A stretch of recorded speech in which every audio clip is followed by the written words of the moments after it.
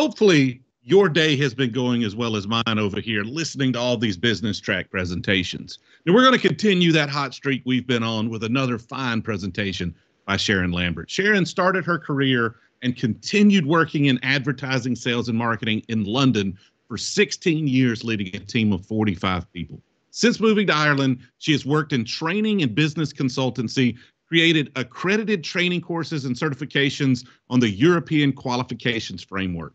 Since joining Adobe 2.5 years ago, she has found a place in her heart for e-commerce and, more importantly, the Magento community. Working in a diverse company such as Adobe, which promotes and appreciates uniqueness and difference, you feel compelled to challenge your own bias and think outside of the box. If you would, help me welcome Sharon to Meet Magento New York. Thank you very much, TJ, for that introduction. Well, hello, everybody. Really great to be here. Today, I am going to talk about diversity and inclusion. I'm actually speaking from my home in Dublin, Ireland. I'm a mother of 3 boys. My oldest son is actually gay, and my middle son has Asperger's syndrome. So he had a very, very challenging childhood, but he is 23 now, and he's been in Australia for the last 2 years, and he's doing really well. He is super intelligent, and I am really proud of all my boys. I'm really happy to be able to talk to you about diversity and inclusion. It's a topic that's very close to my heart. And I picked Sticks and Stones because you may remember that as a childhood rhyme. Sticks and stones may break my bones, but silly names will never hurt me. But we know that's not true. Names, the way we say things, our body language has a huge impact. And it does affect people, and it hurts. So I'm not here today to tell you what to do. I'm here to make some suggestions, have an open sort of conversation, and give you some food for thought that may pave the way for some change. So welcome. Before we start, I just wanted to take a moment to remember the people who've lost their lives this year, and obviously many more. Okay, so moving on. Diversity. Just want to give you a quick definition about diversity and inclusion. Diversity is really about recognising difference.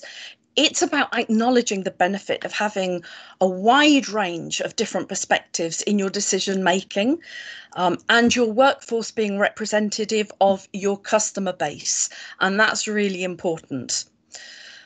Inclusion is about where people's differences are valued and used to enable everybody to thrive at work. An inclusive working environment is one where everybody feels they belong, but without having to conform, that their contribution matters and that they can perform to their full potential, no matter what their background, what their identity or their circumstances.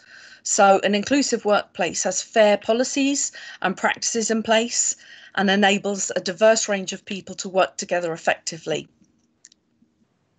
I just wanted to set a little bit of sort of background, before I start the presentation. I'll go in a little bit deeper.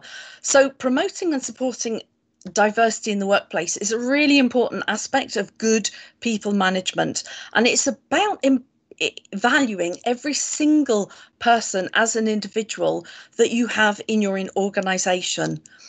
To enjoy the benefits of a diverse workforce, it's really vital to have an inclusive environment where everyone feels able to participate and to achieve their full potential. So veterans, doesn't matter what age somebody is, whether they have a disability, what race they are, sexual orientation. We know that having a diversity and inclusion strategy sets minimum standards. But it's more than that. It goes beyond legal compliance. It seeks to add value to an organisation, contributing to employee well-being and engagement, which is really important if you want the best out of your employees. So I wanted to start off with a story. I had the privilege of hearing Clark Carlisle, who was a professional Premier League footballer in England, speak recently, and it really resonated with me. He was also the chairman of the Professional Footballers Association. So I'll just give you a quick bit of background on him. So he was born in 1979 in England in a place called Preston. And he began playing football at a young age. His father was also a footballer, so I guess it was in the blood. He played for some teams that you may or may not have heard of: Blackpool, Queen's Park Rangers, Leeds, Watford. Anyway, and he struggled with injury and also alcohol during his career. He did really well. He played for the England under-21s team, and he was bought by Burnley at one point, and Carlisle was named man of the match because of his performance in the playoff final that saw Burnley back to the top tier of football for the first time in 33 years. But when you think about footballers or sportsmen, what springs to mind? I mean, some of the things that you may think, gosh, you know, obviously they're rich, successful, adored by fans, admired for their talents. I'm sure there's lots of other things that come to mind as well. But we tend to think about positive things. However, Clark Carlisle's experience in football was a little bit different. He experienced a lot of racism. Footballers have an overarching governing body to protect the players. There's legislation in place, there's policies, and in the UK it's a criminal offence to engage in racism. But it happens, and every time there's an offence, it gets brushed under the carpet or minimised. And it's hugely frustrating.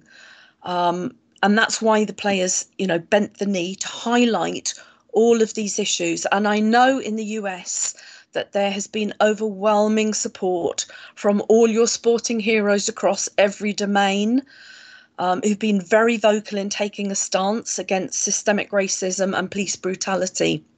So I just want to tell you a little bit more about Clark. He was of mixed race. So in England, that would have been referred to as half caste. Now, caste means pure. So half caste, it's not a very nice term. His brother and sister actually had a different dad, so they were referred to as quarter caste. So he felt it was neither here nor there. His father instilled in him that he could do absolutely anything he wanted, but with one caveat. He had to be better than all his white friends just to be equal. His parents instilled in him that you have to show appreciation and manners to the point of deference. And this has caused Clark to feel like he has to justify his right to be in the same space as another person. He says his experience in England was very anglicised and a shrouded perspective on what it was like to be black. The token blackness that he experienced growing up was literally going to Preston Carnival once a year, dressing up in flamboyant clothes and banging on the pan steel drums. So he feels very removed from his culture and heritage, and it's left him with feelings of being obviously very removed from that, as I said, but also feeling ashamed through no fault of his own. He battled depression, and he actually had quite a hard time, and obviously a lot of alcoholism. And in 2014, he took the decision to end his life by colliding with a lorry. Obviously, he suffered lots of injuries. He's got some scars there. He's got a nasty one on his head and a few others, but he basically had cuts, bruises, internal bleeding, broken ribs, and he absolutely smashed his left knee. Through the help of friends and support he got, he's in a totally different place today. But it's made him realise that as a mixed race man, he is black to white people. If he goes to his father's side of the family, he's not black enough, and he's not white enough to his white friends. So he says it makes him feel so isolated. And he's only just starting to realise how much his race and colour has impacted on his journey through life. Now, today, Clark Carlisle has 2 children, and obviously that's given him a whole different meaning in life. And him and his wife have set up a charity, the Clark Carlisle Dual Diagnosis Foundation, and he's in a great place. But, you know, if footballers can experience this, where does it leave the rest of us? And we are in a technological era where people have access to everything, to your whole life 24/7. You know, they see and they know where we are and everything we do. So it's very hard. So what needs to happen? We need to have diverse representation from all walks of life.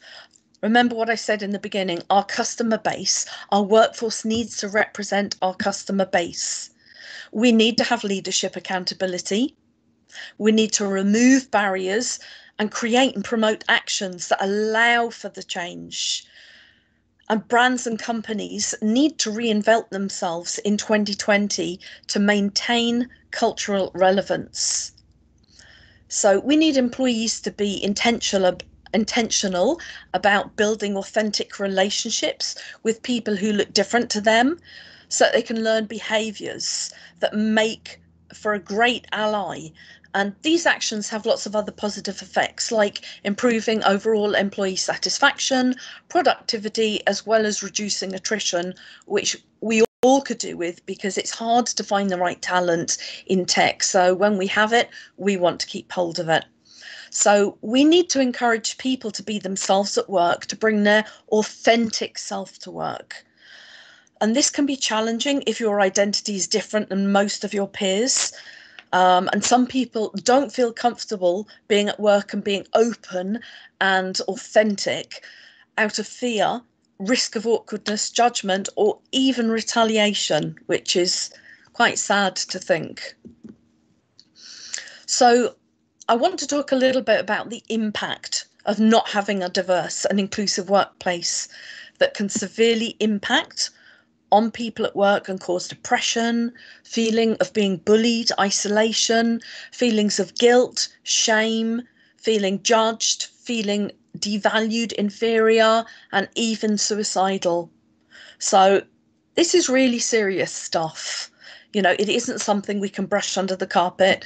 And now is the time that we need to stand up and we need to address this and we need to make change. Oh, if your organisation is to reflect the US demographics, then I ask, what percentage of your team needs to be black? What percentage should be women? What percentage Asian, Hispanic, LGBTQIA+, etc.? When a business adopts a single-mindedness about addressing corporate racism, it leads to transformative change, but not only inside the organisation, also outside. So we need to be really aware of not only our body language, but the power of words and how we use them. And actually, there's some really cool tools that will help you read your communications and help you avoid gender and racial bias. Princeton created a tool that identifies potential biases in image data sets that are used to train AI systems, such as computer vision models. But there's actually quite a number of cool tools out there. So I would encourage you to have a look at those. Let's look at some facts. There are only 5 black CEOs on the Fortune 500 list for 2020. It's surprising. Racial equality is correlated with better business outcomes. There's a mountain of research that supports this. America's demography is changing. The average age for a white person in the US is 58 years, compared to only 27 years for a person of colour. Hispanics account for 1/4 of the US population below the age of 25, and promotion is higher among white people. Black people are 50% as likely to be promoted. So what do these facts and stats tell us? It tells us that the talent pool of the future is going to come from young people of colour, from different nationalities, and we need to embrace these and prepare for these. The young people coming out of university today are smart. They will challenge us on corporate social responsibility policies. They want to know what we're doing in terms of like environmental issues. They want to know what your diversity and inclusion strategy is. They will ask how you embed that, how you exemplify that in your daily practice and in the culture of your organization. So if you want to attract the talent, we need to be on top of this. Want to look at some of the benefits of a diverse workforce. When I started my career, I know TJ said at the beginning, I worked in newspapers, advertising sales for 16 years. I was fortunate enough to be a manager, but I was looking after 18 newspapers. And when we would have management meetings, there was myself and one other woman with 200 men. Now, that never intimidated me at all. In fact, I felt proud because I knew I was a good match for any one of them. But there were women and people from different nationalities who were passed up for promotion just because of who they were, what they looked like.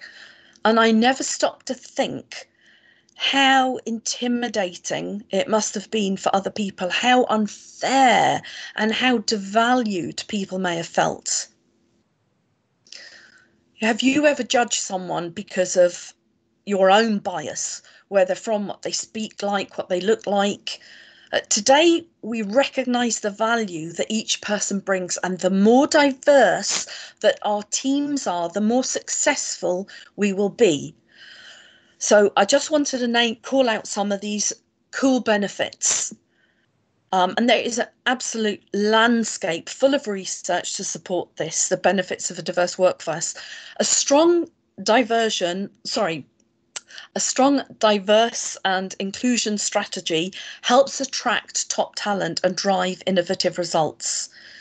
Companies with diverse teams outperform those with a more homogenous workforce. Diverse boards perform better than their less diverse cousins. This one in the middle about pricing decisions and picks.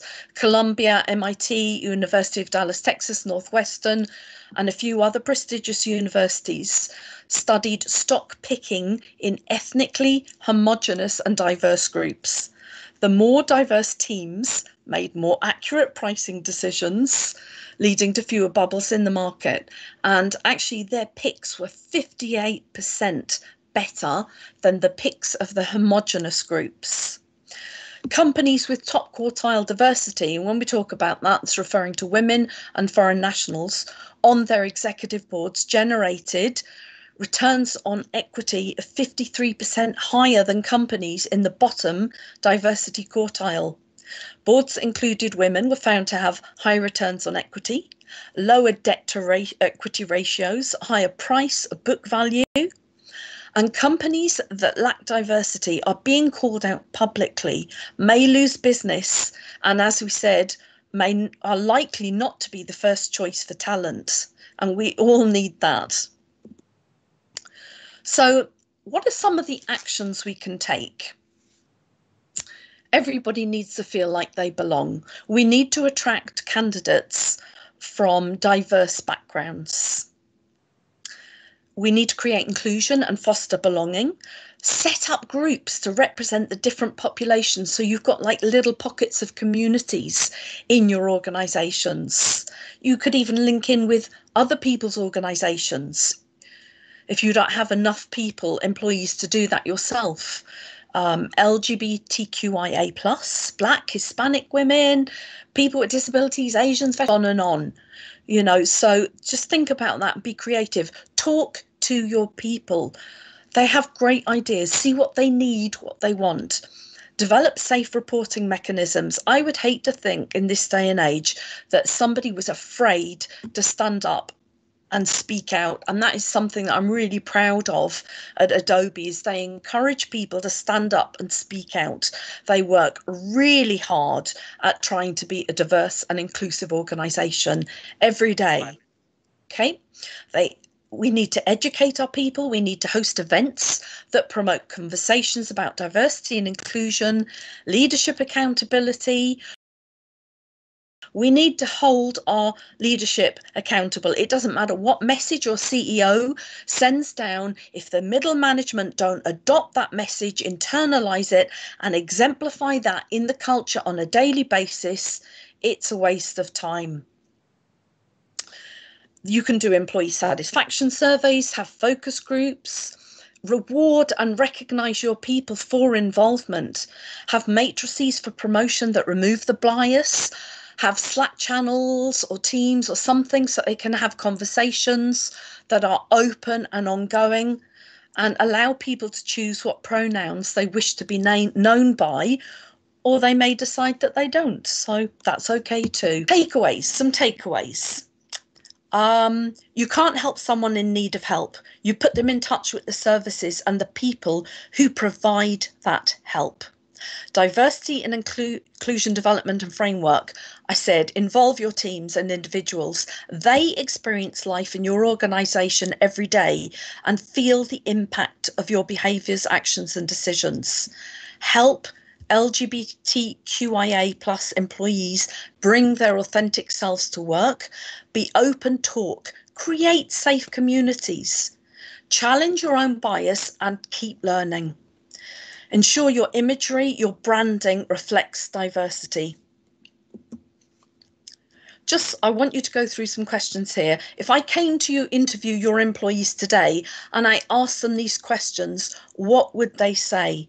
Is inclusion embedded into the practices and behaviours of your managers and employees? Lastly, I want to pull two tweets that I saw recently. If you're a woman in tech, this is from Karen Baker from Shipper HQ. I'm sure you all know Karen. She's an amazing person and I really love her. If you are a woman in tech, I have a single piece of advice. Never underestimate yourself and walk away from those that underestimate you, always. Another one from Gary Spector, trust and empowerment are two of the most underrated forms of compensation. You can compensate monetarily to the moon, but without trust and empowerment, the financial investment won't return nearly what it could, not even close. So we've got some really cool and wise people in our midst, and now is the time to stand up and be counted. And remember, people only speak out and they'll only challenge if there's trust in your organisation. So finally, I just want to say, celebrate and appreciate differences. I hope you've picked up something. I want to thank Marsha for encouraging me to submit to be a presenter today. I've really enjoyed the experience and I hope you've got something out of it. Be good to each other, show respect, value and appreciate each other, and keep trying, keep talking. Thank you very much. All right, we have a few minutes, so submit those questions if you have them. I have one here. There are a lot of people that don't believe they discriminate, but it's often difficult to see when you're participating in a larger ecosystem that has certain biases, if those biases don't affect you. So what proactive things can individuals do to try to minimize the biases in their daily lives, even if those biases don't necessarily originate from them?